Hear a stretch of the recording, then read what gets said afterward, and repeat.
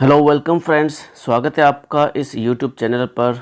दोस्तों, हमने पिछले वीडियोस में देखे थे आरटेड 2011 के लेवल 2 के question papers, language first English और लैंग्वेज 2 इंग्लिश के पेपर्स देखे थे। दोस्तों, आज हम देखेंगे आरटेड 2011 का लेवल 1 का इंग्लिश का paper as a language first. ठीक है, तो शुरुआत करते हैं दोस्तों पहले क्वेश्चन पेपर से।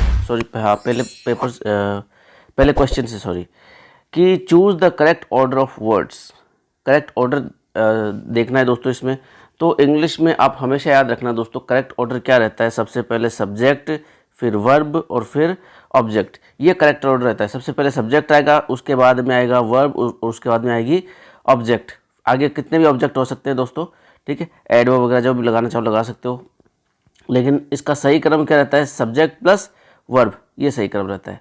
तो देखते हैं सब्जेक्ट प्लस वर्ब किस में है। और चूंकि ये इंटेरोगेटिव सेंटेंस है दोस्तों, ठीक है, तो इंटेरोगेटिव सेंटेंस में रहता है दोस्तों सबसे पहले हेल्पिंग वर्ब, सबसे पहले हेल्पिंग वर्ब, फिर सब्जेक्ट, फिर मेन वर्ब, फिर आगे जो भी ऑब्जेक्ट एडवर्ब जो भी लगाना चाहो वो होता है। और अगर सेंटेंस में WH वर्ड है तो वो सबसे पहले आएगा दोस्तों। WH वर्ड है वो सबसे पहले आएगा, वो हेल्पिंग वर्ब से भी पहले आएगा। ठीक है, तो सूत्र क्या होगा कि helping verb plus subject plus main verb plus object. ठीक है, और अगर WH है तो WH जो है वो हेल्पिंग वर्ब से पहले आएगा। ठीक है, तो इसमें दोस्तों देखते हैं अपन चार ऑप्शन देखते हैं। Option A, do you live where. ठीक है, तो वेयर एकदम लास्ट में आ गया, ये ऑप्शन वैसे ही कट गया दोस्तों। ठीक है, वेयर आना था सबसे पहले। डू यू लिव वेयर, ये भी ऑप्शन कट गया क्योंकि इसमें वेयर लास्ट में आ गया। वेयर डू यू लिव और वेयर यू लिव डू। ठीक है, दो ऑप्शन बच गया हमारे पास, वेयर डू यू लिव और वेयर यू लिव डू। तो हम देखते हैं कि क्रम किस में सही बैठ रहा है। सबसे पहले हमें चाहिए WH वर्ड, दोनों में WH है। फिर चाहिए हेल्पिंग वर्ब, हेल्पिंग वर्ब किस में है, ऑप्शन सी में है दोस्तों, helping verb do, where do. फिर देखते हैं सब्जेक्ट यू सही है, फिर मेन वर्ब लिव सही है। तो इसमें सही क्या हो गया, option C, where do you live, आप कहाँ रहते हो। ओके, तो इसमें सही हो गया ऑप्शन सी। नेक्स्ट क्वेश्चन देखते हैं दोस्तों कि विच of the followings has A correct sentence pattern. इसमें भी सेंटेंस पैटर्न पूछा है। मैंने अभी आपको बताया था सेंटेंस पैटर्न क्या रहता है इंग्लिश में, SVO, सब्जेक्ट वर्ब और ऑब्जेक्ट। ठीक है, ऑब्जेक्ट, और अगर दो ऑब्जेक्ट हो तो दो आ जाएंगे, SVOO हो जाएगा, subject verb object first object two. ठीक है, या इनडायरेक्ट ऑब्जेक्ट या डायरेक्ट ऑब्जेक्ट, IODO जिसको बोलते हैं इंग्लिश में। तो देखते हैं किसमें सही क्रम दे रखा है या किसमें नहीं दे रखा है, वो देख लेते हैं। तो he gave her a book, he gave a book her, he her gave a book, he a book gave her. ये दोनों बकवास ऑप्शन लग रहे हैं दोस्तों। ही के बाद में ही हो गया, सब्जेक्ट हो गया हमारा, ये सब्जेक्ट हो गया। ए बुक ऑब्जेक्ट हो गया तो ऑब्जेक्ट आएगा नहीं, तो ये ऑप्शन वैसे कट गया। ये भी सब्जेक्ट हो गया और हर है, ये प्रोनाउन बीच में आ गया, ये गलत हो गया ऑप्शन। ठीक है, फिर बच गया ही गेव ए बुक हर या he gave her a book. ठीक है दोस्तों, ऑप्शन बी है वो सही हो जाता, ही गेव ए बुक। अगर यहाँ पर बुक के आगे लग जाता to, he gave a book to her. ठीक है, he gave a book to her, उसने उसको एक किताब दी। लेकिन यहाँ पे टू प्रीपोजिशन नहीं है, इसलिए ये ऑप्शन भी गलत हो गया। तो ऑप्शन हमारा बचता है ए, ये सही है, he gave her a book. ठीक है दोस्तों, जो वर्ब होती है उसके बाद में इनडायरेक्ट ऑब्जेक्ट चाहिए। ठीक है, और फिर उसके बाद में आता है डायरेक्ट ऑब्जेक्ट। ये इनडायरेक्ट ऑब्जेक्ट हो गया और ये डायरेक्ट ऑब्जेक्ट हो गया। सब्जेक्ट वर्ब IODO, ये सूत्र रहता है एग्जैक्टली इंग्लिश में। ठीक है, सब्जेक्ट वर्ब IO क्या होता है दोस्तों, इनडायरेक्ट ऑब्जेक्ट। इनडायरेक्ट ऑब्जेक्ट यानी रेसिपिएंट, यानी प्राप्तकर्ता। तो इंग्लिश में क्या सूत्र रहता है, SVIO और DO। सबसे पहले कौन सा ऑब्जेक्ट आएगा, इनडायरेक्ट ऑब्जेक्ट। अगर वाक्य में दो ऑब्जेक्ट है, जैसे कि इस वाक्य में दो, एक तो हर हो गया और एक हो गया अ बुक। ठीक है, तो प्राप्तकर्ता कौन है, प्राप्तकर्ता कौन है, हर। हर क्या है, प्राप्तकर्ता है। तो सबसे पहले प्राप्तकर्ता आएगा, IO आएगा। ठीक है, प्राप्तकर्ता को क्या बोलते हैं, इनडायरेक्ट ऑब्जेक्ट। और जो प्राप्तकर्ता नहीं होता उसको बोलते हैं डायरेक्ट ऑब्जेक्ट, जो वस्तु उसको मिलने वाली है। हर को क्या मिलने वाली है, किताब मिलने वाली है, तो सबसे पहले क्या आएगा, हर आएगा, फिर बुक, ए बुक आएगा। अगर DO को हमें पहले लिखना है तो हमें इन दोनों के बीच में प्रेपोजिशन टू यूज करनी पड़ेगी। ठीक है, प्रेपोजिशन टू यूज करनी पड़ेगी। जैसे कि he gave a book to her, यहाँ पर टू आ जाता तो सही हो जाता। तो लेकिन ऑप्शन क्या सही है, ऑप्शन ए सही है। तो नेक्स्ट क्वेश्चन है दोस्तों में कि इसमें हमें सही शब्द फिल करना है। ठीक है, सही शब्द कौन सा फिट बैठेगा वो फिल करना है। The sky suddenly became, became के आगे दोस्तों आती है नाउन, ठीक है। बिकेम को क्या चाहिए, नाउन चाहिए। तो यहाँ पर क्या आएगा, नाउन। देखते हैं कौन कौन सा शब्द है। डार्कली, ये क्या है दोस्तों, ये है एडवर्ब। डार्क है, ये भी नाउन है, और डार्कनेस है, ये भी नाउन है, और डार्कन क्या है, वर्ब है दोस्तों, ठीक है। डार्कन क्या है, वर्ब है। तो ये दोनों ऑप्शन तो वैसे ही कट गए। तो यहाँ इसमें देखते हैं कि कौन सा आता है। तो दोस्तों बिकेम के साथ जो नाउन आती है वो आती है दोस्तों डार्क आती है, डार्कनेस नहीं आती है। डार्कनेस अलग से एक खुद एज ए सब्जेक्ट वर्क कर सकता है, ठीक है। और डार्क है वो सब्जेक्ट के तौर पे वर्क नहीं कर सकता है। जैसे डार्कनेस फेल, अंधेरा छा गया, हम ये नहीं कहते कि डार्क फेल, ठीक है। डार्क फेल, अंधेरा हो गया, अंधेरा हो गया, इसको हम अंग्रेजी में ऐसे नहीं लिखते हैं कि डार्क फेल, उस पर क्या लिखते हैं, डार्कनेस फेल, अंधेरा छा गया या अंधेरा हो गया, ठीक है। तो डार्क क्या है, ये ऑब्जेक्ट ही बनता है। तो यहाँ पर ऑब्जेक्ट की जरूरत है, यहाँ पे क्या बनेगा, ऑप्शन बी डार्क, ठीक है। नेक्स्ट क्वेश्चन देखते हैं दोस्तों, चौथा, which one of the following words is a noun. इनमें से नाउन कौन सा है दोस्तों, ठीक है। तो राइट है, ये भी वर्ब है, सॉरी राइट है, ये वर्ब है, ठीक है, वर्ब की फर्स्ट फॉर्म है। और रोट है, ये वर्ब की सेकंड फॉर्म है। और रिटन है, ये वर्ब की थर्ड फॉर्म है, ठीक है। राइट, रोट, रिटन, ये तीनों फॉर्म है दोस्तों। और राइटर है, लेखक, ये क्या है दोस्तों, ये नाउन है। तो ऑप्शन सही हो गया हमारा राइटर, ऑप्शन डी राइटर। ये क्या है, नाउन है, संज्ञा है, इसका होता है लेखक, लिखने वाला।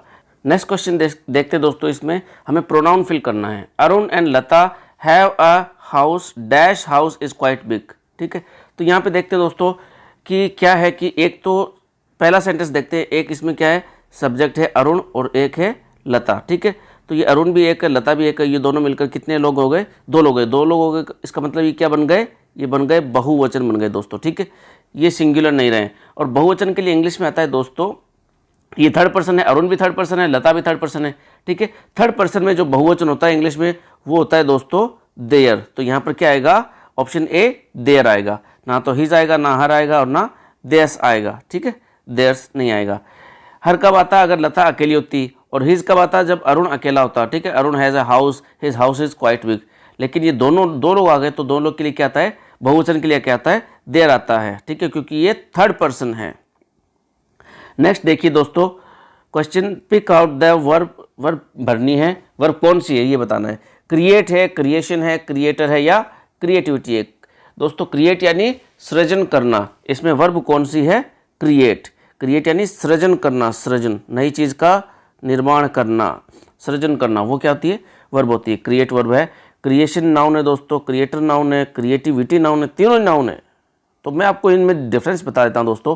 क्रिएटर जो होता है वो होता है दोस्तों सृजन करने वाला, सृजन करने वाला, सृजन करता, ठीक है। ये क्या है, सृजन करता, नई चीज़ का निर्माण करने वाला व्यक्ति जो होता है उसको बोलते हैं क्रिएटर। और क्रिएटिविटी क्या होती है दोस्तों, कि मतलब जो सृजन करने की आपकी योग्यता है, ठीक है। मान लीजिए आप किसी वेस्ट मटेरियल से कोई नई चीज़ बना देते हैं, कोई पेप्सी की बोतल्स है, ठीक है, कैन्स हैं, उनसे आप नई चीज़ बना देते हैं, ठीक है। तो वो जो नई चीज़ बनाने की योग्यता है, जो सृजन करने की आपकी जो योग्यता है, उसको बोलते हैं दोस्तों क्रिएटिविटी।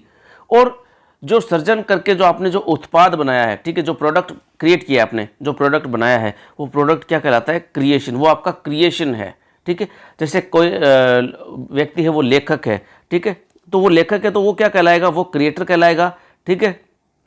और उसकी लिखने की जो कला है, जो उसकी लिखने की योग्यता है, वो उसकी क्रिएटिविटी है। और जो वो कहानी लिखता है उस कहानी को क्या बोलते हैं, क्रिएशन कहते हैं, ठीक है।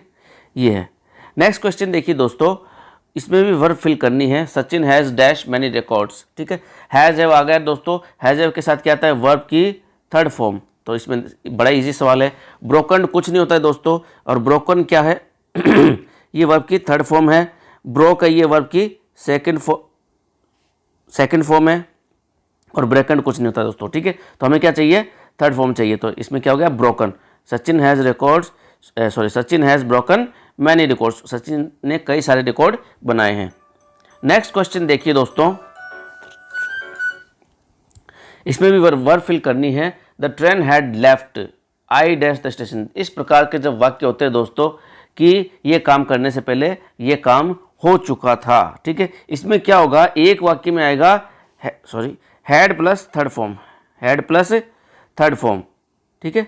एक वाक्य में आएगा थर्ड फॉर्म और जो आपको पूछा था दूसरा वाक्य, उसमें क्या आएगा, वर्ब की सेकंड फॉर्म यानी पास्ट इंडेफिनिट आएगा। पास्ट इंडेफिनिट क्या आता है दोस्तों, वर्ब की सेकंड फॉर्म। अगर नेगेटिव दे रखा है तो डिड नॉट प्लस वर्ब की फर्स्ट फॉर्म, ये इसका सूत्र रहता है। अगर इधर आपको वर्ब की सेकंड फॉर्म दे दे तो इधर आपको क्या फिल करना पड़ेगा, हेड प्लस थर्ड फॉर्म, या इधर हेड प्लस थर्ड फॉर्म दे दे तो इधर क्या करना पड़ेगा, पास्ट इंडेफिनिट फिल करना पड़ेगा। या तो वर्ब की सेकंड फॉर्म आएगी या फिर did not plus first form आएगी। ठीक है, तो इसमें देखते हैं क्या फिल करना पड़ेगा।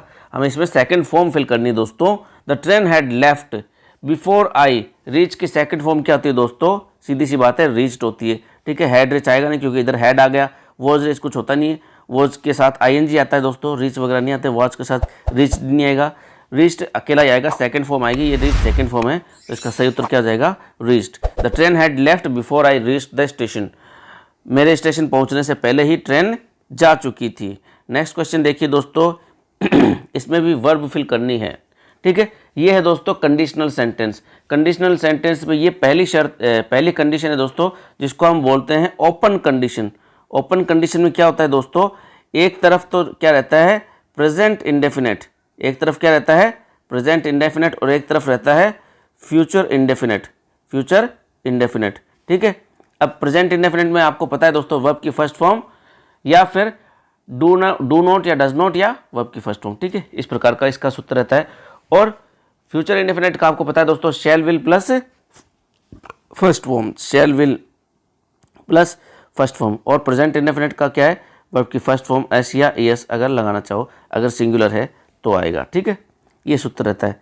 अब हमें यहाँ पे देखो दोस्तों कि सेकंड वाला सेंटेंस दे रखा है, यानी फ्यूचर इंडेफिनेट दे रखा है, क्योंकि शैल विल आ गया प्लस फर्स्ट फॉर्म आ गया, तो यहाँ पर सेकंड जो है सेकंड सेंटेंस में हमें फ्यूचर इंडेफिनेट दे रखा है, तो इसमें हमें क्या फिल करना पड़ेगा, ऑब्वियस सी बात है कि यहाँ पर हम प्रेजेंट इंडेफिनेट फिल करेंगे। प्रेजेंट इंडेफिनेट का सूत्र मैंने आपको बता दिया, वर्ब की फर्स्ट फॉर्म आती है दोस्तों। तो ये है, ये फ्यूचर इंडेफिनेट है, और ये प्रेजेंट परफेक्ट है, हैज़ है प्लस थर्ड फॉर्म, ये भी नहीं आएगा, ये भी नहीं आएगा, और ये वोन ये सेकंड फॉर्म है, ये पास्ट इंडेफिनेट है, ये भी नहीं आएगा, विन ये फर्स्ट फॉर्म है, ये आ जाएगा। ठीक है, विन आ जाएगा। If we win a lottery we will buy a car, अगर हम लॉटरी जीत जाते हैं तो हम क्या खरीदेंगे, एक कार खरीदेंगे। नेक्स्ट क्वेश्चन देखिए दोस्तों कि इसमें डिटर्मिनर फिल करना है। इसमें क्या फिल करना है, डिटर्मिनर फिल करना है। I have dash glass of milk every morning, I have dash glass of milk every morning, तो इसमें आएगा दोस्तों ए आएगा, इसमें ना ए नहीं आएगा, ना सम आएगा, ना द आएगा, इसमें क्या आएगा, ए आएगा। I have a glass of milk every morning, मैं दूध का एक गिलास पीता हूँ। ठीक है, कुछ गिलास नहीं पीता हूँ, ना ही द आएगा, इसमें क्या आएगा, ए आएगा दोस्तों। I have a glass of milk every morning. Next question देखिए दोस्तों, इसमें भी डिटर्मिनर फिल करना है कि माई neighbour is dash honest person. Honest, honest में दोस्तों जो ध्वनि आती है वो ए की आती है, ऑनेस्ट, ऑनेस्ट। ठीक है, ऑनेस्ट, तो ऑनेस्ट जब ए की ध्वनि आए दोस्तों तो उसके लिए हम क्या लगाते हैं, एन लगाते हैं, an. My neighbour is an honest person, मेरा पड़ोसी जो है वो बड़ा एक ईमानदार व्यक्ति है, मेरा पड़ोसी एक ईमानदार व्यक्ति। यहाँ पे द नहीं आएगा, एन नहीं आएगा, ना ही ये आएगा, ए तो किसी भी हाल में नहीं आएगा क्योंकि ए की ध्वनि आ रही है। नेक्स्ट क्वेश्चन देखते हैं दोस्तों कि which one of the following sentences expresses possibility, कौन सा जो सेंटेंस है वो पॉसिबिलिटी दर्शा रहा है दोस्तों। तो it will rain, it will rain तो कहता है ये बरसात होगी ही होगी, 100% है, ये 100% है कि बारिश होगी। ये भी कह रहा है इट शेल रेन, ये तो कह रहा है कि 110% होगी भाई साहब। ठीक है, इट मस्ट रेन, ये कह रहा है कि बारिश होनी ही चाहिए, 99% होनी चाहिए। ठीक है, इट मे रेन, ये संभावना व्यक्त कर रहा है कि जो है बादल हैं, 50-50% चांसेस हैं कि बारिश हो भी सकती है और नहीं भी हो सकती है। नेक्स्ट क्वेश्चन देखिए दोस्तों कि no other animal is as brave as the tiger, इसका अर्थ है कि no other animal is as brave as the tiger, शेर जितना बहादुर कोई भी जानवर नहीं है। ठीक है, शेर जितना बहादुर कोई भी जानवर नहीं, मतलब जानवर बहादुर तो हैं लेकिन शेर जितने बहादुर नहीं है, उनमें बहादुरी तो है लेकिन शेर जितनी बहादुरी उनमें नहीं है। तो इस अर्थ का दोस्तों आपको सेंटेंस ढूंढना है। ठीक है, तो इसमें ऑप्शन ए दे रखा है दोस्तों, the tiger is a brave animal. ठीक है, ये नहीं है क्योंकि ये कह रहा है कि टाइगर एक बहादुर आदमी है, एक बहादुर जानवर है। ये साधारण सी बात बता रखी है, इसमें किसी कोई कंपैरिजन नहीं कर रखा है, लेकिन हमारे इस टेंस में कंपैरिजन कर रखा है कि कोई भी जानवर नहीं है, लेकिन इसमें कोई कंपैरिजन, तो ये वैसे गलत हो गया। दूसरा है दोस्तों कि the tiger is as brave as any other animal, ठीक है, टाइगर भी उतना ही बहादुर है जितने और जानवर हैं। तो ये तो नहीं कह रहा है, ये कह रहा है कि टाइगर जितना बहादुर कोई नहीं है। नेक्स्ट है D, option D, no animal except the tiger is brave. ये कह रहा है कि टाइगर के सिवा कोई भी बहादुर नहीं है, ये भी गलत बात है। The tiger is the bravest of all animals, tiger है वो सभी जानवरों में सबसे बहादुर है। तो ये वाली जो ऑप्शन है ये हमारी बात कर रहा है इस सेंटेंस वाली कि टाइगर जितना बहादुर कोई भी जानवर नहीं है, ये वाली बात कौन कह रहा है? ऑप्शन सी कर रहा है, the tiger is the bravest of all animals. Next question देखिए दोस्तों 14 नंबर, इसमें क्या है? एडजेक्टिव फिल करना है दोस्तों। Anupam is dash boy in the whole of the class, dash यानी लंबा है, पूरी क्लास में सबसे लंबा है, ठीक है। अर्थ हमें ये निकालना है कि अनुपम क्लास में सबसे लंबा है, पूरी क्लास में सबसे लंबा है। तो सबसे लंबा के लिए ऑप्शन एक ही होता है दोस्तों, सुपरलेटिव डिग्री आती है, और सुपरलेटिव डिग्री में दोस्तों क्या लगता है? EST लगता है, TAEEST, द टॉलेस्ट। और सुपरलेटिव डिग्री से पहले क्या आता है? द आता है। तो ये ऑप्शन हमारा एकदम सही है। ना तो इसमें टॉलर आएगा, टॉलर से ER से पहले द नहीं लगता, ये आपको पता है, ठीक है। द मोस्ट टॉल कुछ नहीं होता है, द मोर टॉल भी कुछ नहीं होता है, ठीक है। तो ये भी गलत हो गया। हमारा ऑप्शन क्या सही है? Option A, the tallest. Anupam is the tallest boy in the whole of the class, Anupam पूरे क्लास में सबसे लंबा लड़का है। नेक्स्ट क्वेश्चन देखिए दोस्तों कि the last question was the most difficult question, कि आखिरी वाला सवाल है वो सबसे कठिन सवाल था। आखिरी वाला सवाल सबसे कठिन सवाल था, यानी और भी कई कठिन सवाल थे लेकिन आखिरी वाला जो था ना वो सबसे कठिन था। तो देखते हैं कौन सा इसमें इसका सिमिलर मीनिंग फिट बैठता है। The questions were very difficult, ये गलत है। क्वेश्चंस डिफिकल्ट थे, ये कह रहा है कि सारे क्वेश्चन बहुत ज़्यादा डिफिकल्ट थे, तो ये बात तो नहीं है। ये कह रहा है लास्ट वाला सबसे ज़्यादा डिफिकल्ट था। ऑप्शन डी देखते हैं, only the last question was very difficult, ये कह रहा है कि खाली लास्ट जो क्वेश्चन था, आखिरी क्वेश्चन था वो सबसे डिफिकल्ट था, ये भी नहीं है। सारे क्वेश्चन डिफिकल्ट थे लेकिन लास्ट वाला ज़्यादा था, ये वाली बात कह रहा है। Some questions were very difficult, ये कह रहा है कि कुछ सवाल बहुत कठिन थे, ये भी बात नहीं है। ये कह रहा है कि the last question was more difficult than any other question, ये कह रहा है, ये वाली बात कह रहा है। हमारे जो सवाल है कि आखिरी वाला सवाल सबसे ज़्यादा कठिन था, ये वाली बात कह रहा है। ऑप्शन बी कि आखिरी वाला जो सवाल था वो और प्रश्नों की बजाय ज़्यादा कठिन था, ठीक है। तो इसमें सही क्या हो जाएगा? ऑप्शन बी सही हो जाएगा। नेक्स्ट क्वेश्चन देखिए दोस्तों, the father said to his daughter when will you return, पिता ने अपनी बेटी से कहा कि तुम वापस कब आओगी। इसका हमें इनडायरेक्ट स्पीच में चेंज करना है। कुछ तो इस बंदे ने अगले ने वैसे ही चेंज करके दे रखा है, the father asked his daughter, the father asked his daughter. मैंने आपको बताया था दोस्तों कि जब WH वर्ड आ जाए तो WH वर्ड क्या काम करते हैं? एज अ कनेक्टिव काम करते हैं। आपको इसके लिए अदर से कनेक्टिव इफ़ या दैट को जोड़ने की ज़रूरत नहीं रहती है। तो व्हेन खुद ही एक कनेक्टिव है तो हमें दूसरा कनेक्टिव लेने की ज़रूरत नहीं है। ऑप्शन चारों में व्हेन दे रखा है दोस्तों, तो ये व्हेन सही है, ठीक है, व्हेन आएगा इनमें। तो the father asked his daughter when, ठीक है। फिर क्वेश्चन है हमारा कि व्हेन विल यू रिटर्न। अब यहाँ पे हमें सब्जेक्ट लिखना है, व्हेन के जस्ट बाद में क्या लिखना पड़ता है? सब्जेक्ट। तो यहाँ पे सब्जेक्ट क्या है? यू। यू क्या है दोस्तों? सेकंड पर्सन है, तो ये चेंज होगा किससे? ऑब्जेक्ट से। अगर यहाँ पे फर्स्ट पर्सन होता तो वो चेंज होता सब्जेक्ट से, लेकिन यू सेकंड पर्सन है वो चेंज होगा ऑब्जेक्ट से, ठीक है। और थर्ड पर्सन चेंज होता ही नहीं है। तो हिज डॉटर, उसकी बेटी, तो ये बेटी क्या है दोस्तों? ये लड़की है, सिंगुलर है, तो सिंगुलर थर्ड पर्सन कैसे लिखते हैं? शी से लिखते हैं, ठीक है। तो व्हेन विल यू रिटर्न, तो यहाँ पे क्या जाएगा? When she. अब देखते हैं किस ऑप्शन में शी दे रखा है। When she, when she option किस में है? When she. देखो इसमें व्हेन शी इसमें है और इसमें नहीं है, तो ये ऑटोमेटिकली कर गया व्हेन शी, ठीक है। और विल का आपको पता है दोस्तों, डायरेक्ट से इनडायरेक्ट बनाते हैं तो विल बन जाता है वुड, व्हेन शी वुड। अब देखते हैं किस में वुड है दोस्तों, तो व्हेन शी वुड, इसमें नहीं, ऑप्शन सी में वुड नहीं, इसमें विल का विल लिख दिया, इसमें दोनों में वुड है, ठीक है। When she would, when she would. अब आगे कुछ दे नहीं रखा है तो रिटर्न दे रखा है, तो रिटर्न लिख देंगे, रिटर्न, ठीक है। अब यहाँ पे सबसे इंपॉर्टेंट बात ये दोस्तों कि इस सेंटेंस को हमें जो है क्वेश्चन इंटरोगेटिव सेंटेंस नहीं बनाना दोस्तों, इसको बनाना हमें असर्टिव सेंटेंस बनाना है, ठीक है। डायरेक्ट से इनडायरेक्ट बनाते हैं, डायरेक्ट में कुछ भी हो सकता है, इंटेरोगेटिव होता है, इंपेरेटिव होता है, सारे होते हैं, ऑप्टेटिव होता है, कुछ भी होता है। इन सारे सेंटेंस को हमें इनडायरेक्ट में बनाते हुए क्या चेंज करना पड़ता है? इनको असर्टिव बनाना पड़ता है। असर्टिव यानी फुल स्टॉप लगाना, ठीक है, एक साधारण वाक्य बनाना पड़ता है। तो व्हेन शी वुड रिटर्न, तो इसमें सही ऑप्शन हो जाएगा when she would return. Interrogative को इंटेरोगेटिव नहीं बनाते हैं दोस्तों, इसको हमें असर्टिव बनाना पड़ता है, और असर्टिव के लिए हमें लास्ट में फुल स्टॉप लगाना पड़ता है। तो इसका सही उत्तर हो जाएगा दोस्तों ऑप्शन डी, कि when she would return. The father asked his daughter when she would return. पिता ने अपनी बेटी से पूछा कि वह कब लौटेगी। नेक्स्ट क्वेश्चन देखते हैं दोस्तों। The teacher said to the students be polite in your speech. बड़ा ही आसान सवाल है दोस्तों, बड़ा ही आसान सवाल है। द स्टूडेंट्स, ठीक है, और your. The teacher said to the students be polite in your speech.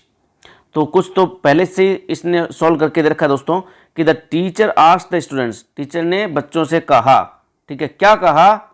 अब इसमें जो कनेक्टिव रहता है दोस्तों इंपेरेटिव में, वो क्या रहता है, टू। इंपेरेटिव सेंटेंसेस में क्या रहता है, इंपेरेटिव यानी दोस्तों आदेशात्मक, कि B polite in your speech, अपने भाषण में विनम्र बने रहना दोस्तों, ठीक है। ये शिक्षक ने अपने बच्चों से कहा। तो इस प्रकार के जो आदेशात्मक वाक्य होते हैं, इंपेरेटिव सेंटेंस होते हैं, उसमें कनेक्टिव क्या रहता है, टू रहता है दोस्तों। क्या कनेक्टिव रहता है, टू, ठीक है। तो इसमें देखते हैं किस में टू नहीं दे रखा है, तो ऑप्शन बी में दोस्तों टू नहीं दे रखा है, तो ऑप्शन बी तो वैसे ही कट गया, ठीक है। और ऑप्शन डी भी है, उसमें भी टू नहीं दे रखा है, तो ये भी कट गया, ठीक है। अब ऑप्शन ए और सी की बारी है, ठीक है। तो टू बी पोलाइट, ठीक है, बाकी का सेंटेंस वैसा का वैसा ही लिखा जाता है, सिर्फ प्रोनाउन चेंज होगा, ठीक है।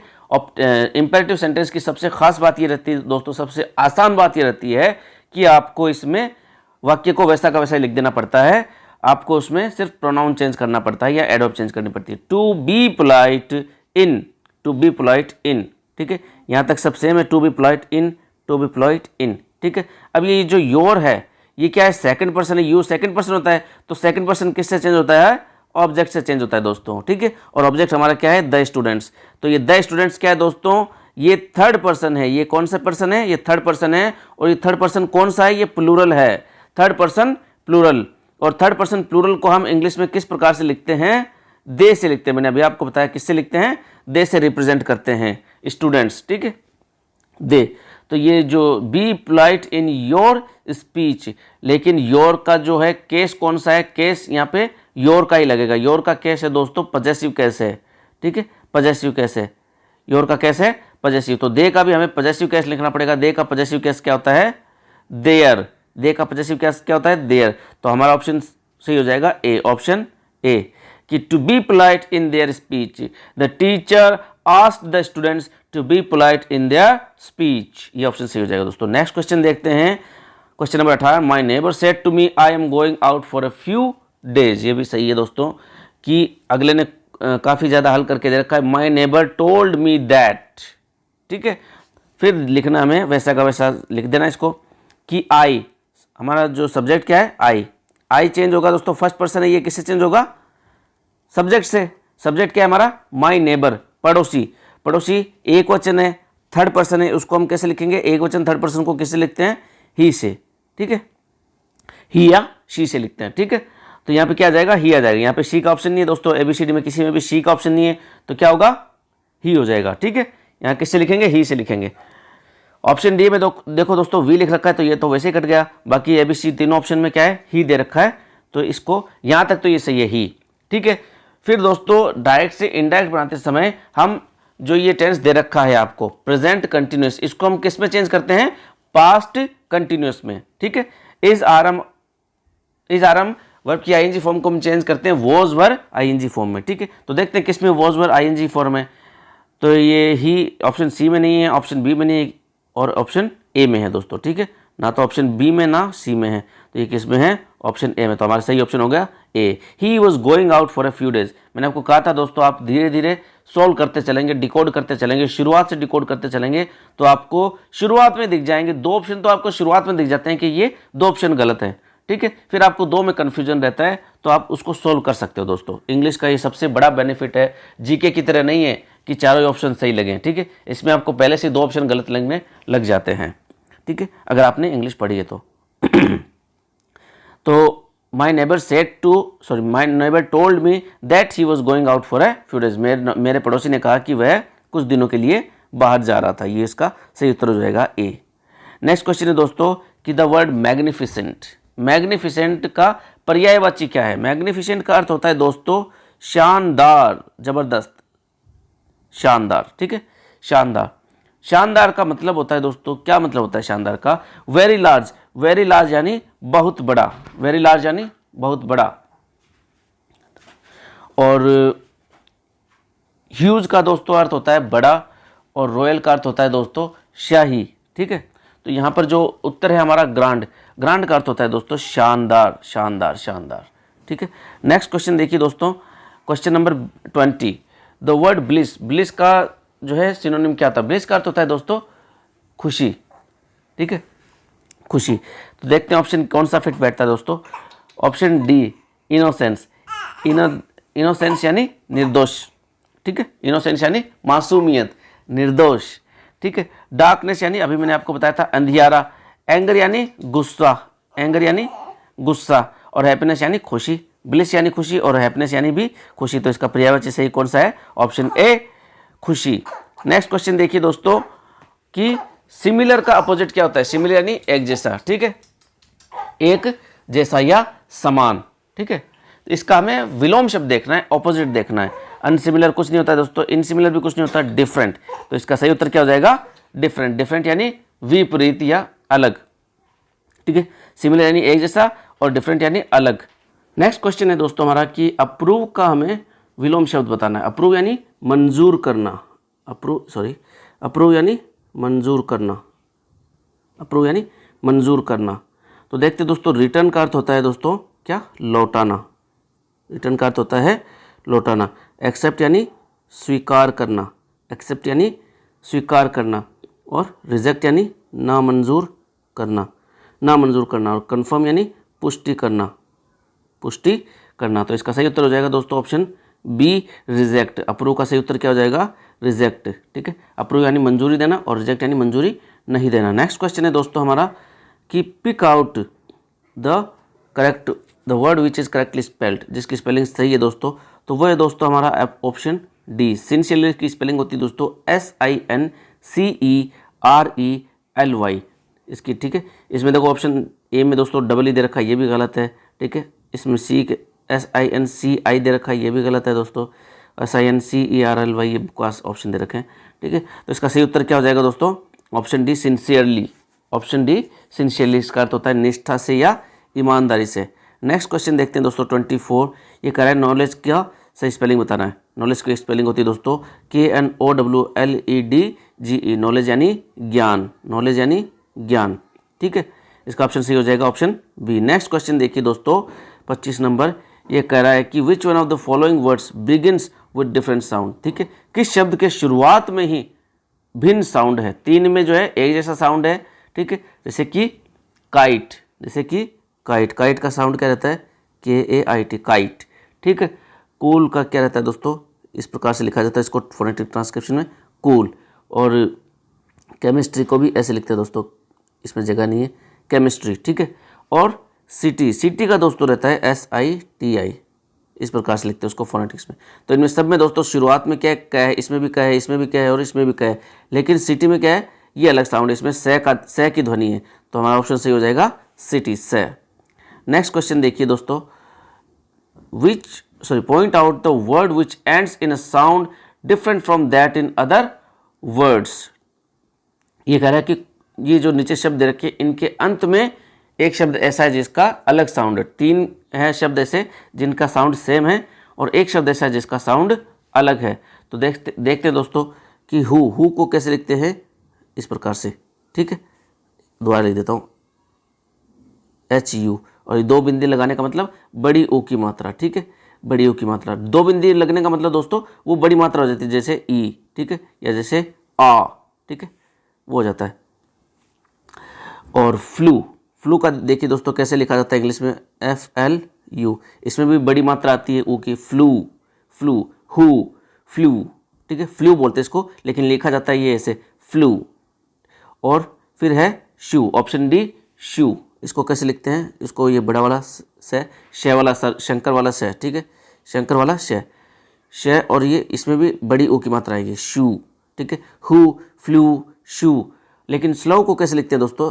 SL और ई उल्टा ए बोलते हैं इसको, और ऊ, स्लव, ठीक है।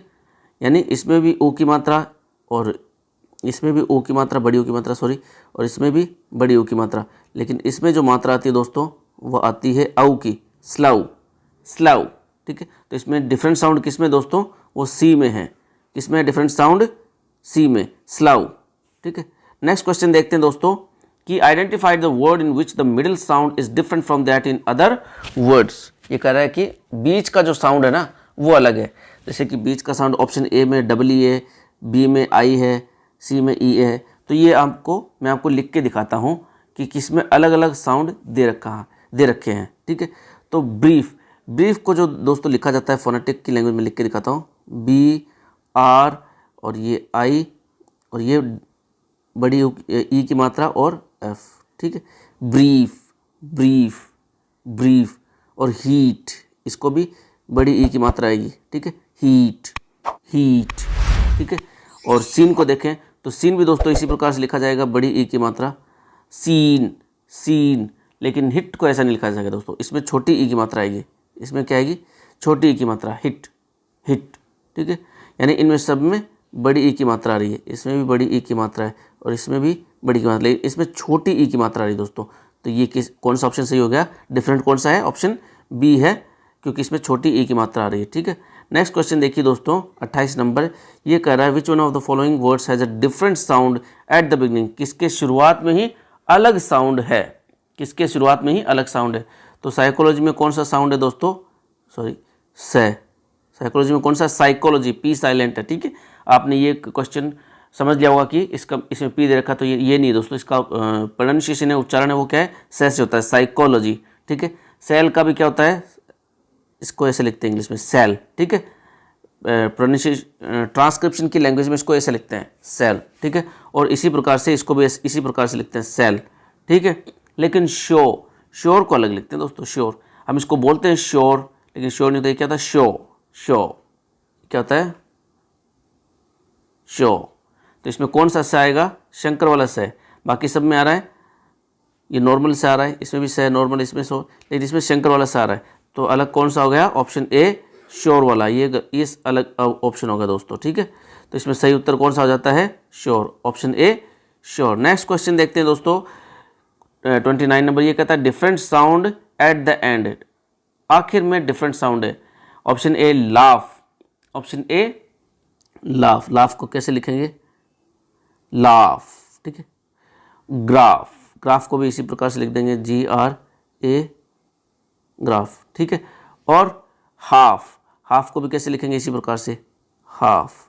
लेकिन हाई को कैसे लिखेंगे दोस्तों? इसमें फे नहीं आएगा। आखिर में सब में फा रहा है, इसमें भी फे, इसमें भी फे और इसमें भी फे, लेकिन हाई में क्या आ रहा है? आई आ रहा है दोस्तों, डिप्थोंग आ रहा है। ठीक है, हाई ये क्या है? ये डिप्थोंग कहलाता है। दो मात्रा आ जाती है ना, उसको डिप्थोंग बोलते हैं, HAIGH, हाई। ठीक है, तो इसका सही उत्तर क्या हो जाएगा? हाई।